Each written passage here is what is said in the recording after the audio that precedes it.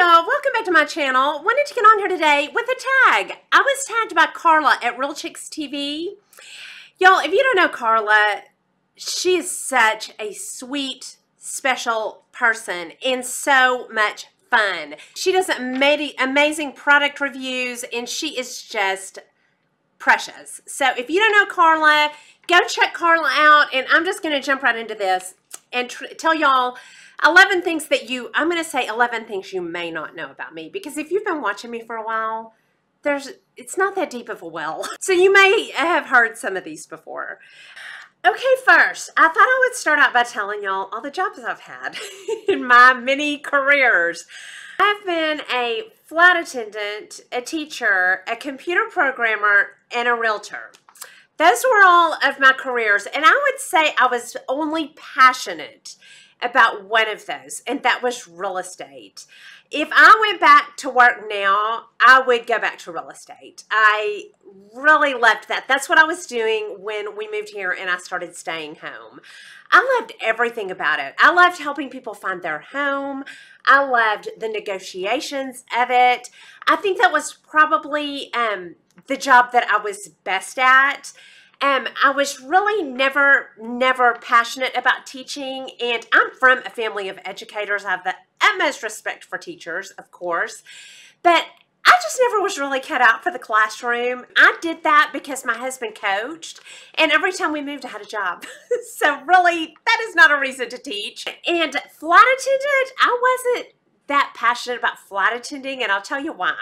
Because I flew for American Eagle, which is tiny. Nothing against American Eagle, but I went to tiny towns in Texas. I went to College Station. I went to San Angelo. I went to really small airports, so it wasn't that exciting. Now, computer programming, I loved that. I don't know how good I was at it because I was working in C++. That is a really hard computer language, and I don't think I had really mastered it when I got my job, when I got my only job I ever had. I was in Houston, and we were programming wells in Oklahoma. I think natural gas wells, and those guys would call from the field and be like, hey, y'all turned off our wells again. So I don't really know how good I was at that, but I did enjoy it. I didn't do it long before we moved.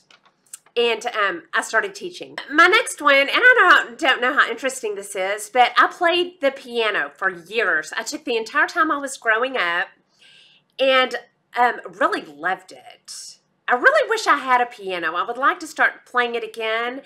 But yeah, I took piano the entire time I was growing up and through, some of my adulthood, through some of my 20s. I played the piano and I played the flute. And then my next one, y'all, I've never told this on my channel. I don't think I've told this story in 30 years. I don't even know if my husband knows it, but I was reminded of it because of a story that JD told on hers where she was almost abducted. Somebody tried to lure her into a car, and it reminded me of something that happened to me. I was in high school walking with my same friend I was walking in town with in a later story, and I don't want to ruin that story. We were walking around my small town, Clyde, and a car pulled up and stopped, and we walked up to it, and it was he was a nice looking man. This was in the 80s. Nice looking man, and he said, can you tell me how to get to the highway, to I-20? And I said, yeah, you're going to go up here and turn to your left, and I was telling him how to go. And he said, okay, what? And so I told him again, and my friend, Kelly, started going, Kathy. And I was like, hang on. You're going to go up here, and you're going to go to the left, and then you're going to go all the way. And he was like, yeah, I don't really understand. And she was going, Kathy, come on. I looked down, and his pants were around his ankles. He was flashing us. And I was like, oh my gosh. So I'm backing away from the car. Well, we didn't tell anybody because, I don't know, we were teenagers. We just were like, oh gosh. That was in the summer. School started and we were in home ec. And Mrs. Tinsley, our teacher, said, we have someone here that's going to talk about a fundraiser with y'all. The guy walked in and it was him. It was the guy that had stopped in his car and flashed us. I told my parents, they called the school. Yeah, I don't know what happened beyond that, but yeah, I was flashed in the 80s. Okay, next. I've been trying to write a novel for about 10 years. I haven't tried to write it since I started my YouTube channel, but I started writing it when we lived in Dallas, and then when we moved here, I was in such an emotional state when we moved here. It was kind of a struggle just to sit down and try to do it. So I tried to write a novel for 10 years, and when asked why I started my YouTube channel, y'all, I think a lot of the reason I started my YouTube channel was a procrastination from writing my book. It is so hard. I have cases of book notes, and at one point I had 600 pages and then scrapped it. It's a murder mystery, and I miss my characters a lot. We spent 10 years together, so it's very hard. My utmost respect for writers. Okay, next, I've been mugged at gunpoint and with a fillet knife. I have talked about this in another video, so this story may be familiar. I was mugged right after we moved to Dallas. I was moving my car. I worked at Dillard's. I worked for Lancome. And I went to my car and I was moving it. And before I could get out of my car, a man was walking towards me with a gun pointed at my head. And that was a very pivotal turning point for me. It really, parking lots freak me out still. In fact, not too long ago, I was getting out of my car at the gym. This was less than a month ago. I was getting out of my car at the gym and didn't see somebody in my peripheral, and he was walking through a lot of cars. I took off at a dead sprint, spilled coffee on myself. I freak out if people approach me in parking lots, and he probably wasn't even going to approach me. He probably was just walking to his car. But yeah, it really kind of made me more of an anxious type person. And they caught that guy 3 hours from Dallas, and he had stabbed someone at a car wash. So I was very, very lucky to get out of that. Okay, next. My nerdy side is as big as my makeup side. Maybe bigger. I love to read. I love libraries. I love research.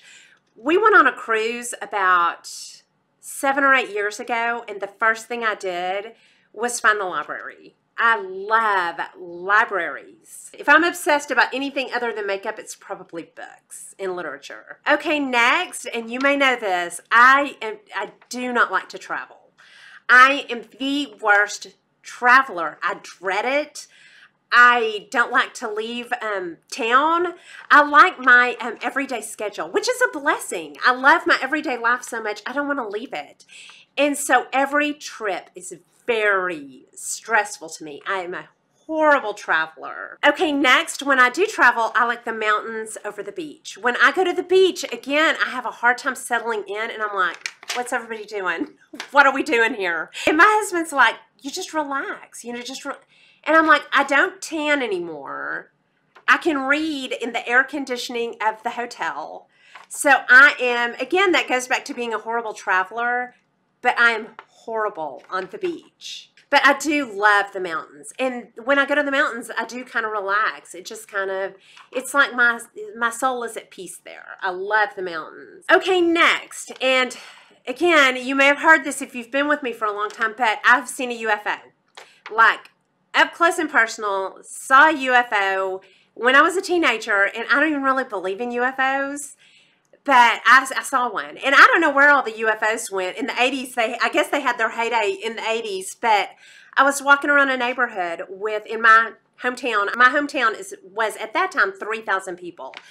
And we were walking around in her neighborhood, and we saw something going across in the sky. It would be over here, and then it was back over here. And it kept going. And I said, I think that's an airplane. And she said, airplanes don't do that. It's like, you know, in the same spot. So we kept walking, and it just got closer and closer until it was right over our heads. And I kept yelling for her. I was like, let's go, let's go. I was freaking out. She sat down in the street to watch it, and it got closer and closer till it was over our heads. And then she finally got up, and we ran back to her house. And when we got there, our feet were bleeding, and it was like cigar shaped, and it had 2 lights underneath it. And then we got to her driveway, and I really even hate to say this because I wouldn't believe my own self, but those 2 lights slid together, and then it was just gone like a movie. And the next day, when I went home, her parents laughed at us, but I went home, and when we told my mom, she said, well, Kathy, she said, me and Annette, my mom, she said, me and Annette, after church, we're sitting in the car, and she said, we saw something. And Annette said, well, Gina, what's that? She said, I think we saw that. So, I don't really believe in them, but I saw one. I saw a UFO. Okay, next. I hate, it's a strong word, and I mean it, I do not like eating in restaurants. I can't stand it. We always get takeout, and if we do go eat, it's probably because I'm a fast eater, and then when I'm done, I'm like, are y'all ready? Not patient. I don't want to sit there and chat. I'm like, I could be doing something. So I do not like eating in restaurants at all. Next, and I don't know if this is interesting or not, but I'm trying to get to 11. I've been through a tax audit. I went through a tax audit that was a horrific tax audit when I was, we had just moved here. We just moved here, moved the kids, moved somewhere we knew no one, trying to move the kids into a new school, and we'd been here about a month, and I started getting letters in the mail that we were being audited. And it went on for 3 years, and it was one of the most horrific experiences of my life. Again, I don't know if that's interesting to anybody or not, but it was a huge event in my life. It was huge. And found out that our accountant in Fort Worth had been pretty much a criminal. By the time it was all over, the IRS told us that we had a case against our accountant. So anyway, I don't know if that's interesting to anybody or not, but yeah, I've been through a tax audit, and that is hopefully 11 things that you possibly might not have known about me. If y'all don't know Carla, y'all go visit her. I'm going to link her video down below. I probably won't tag anybody because I think I don't know who's done it and who hasn't, but if you want to do this tag, feel free to do it. I would love to watch it. And that is all I have for you. I hope you enjoyed this video. If you did, please like and subscribe. Leave comments and questions down below, and I'll talk to y'all soon. Y'all have a good day. Bye.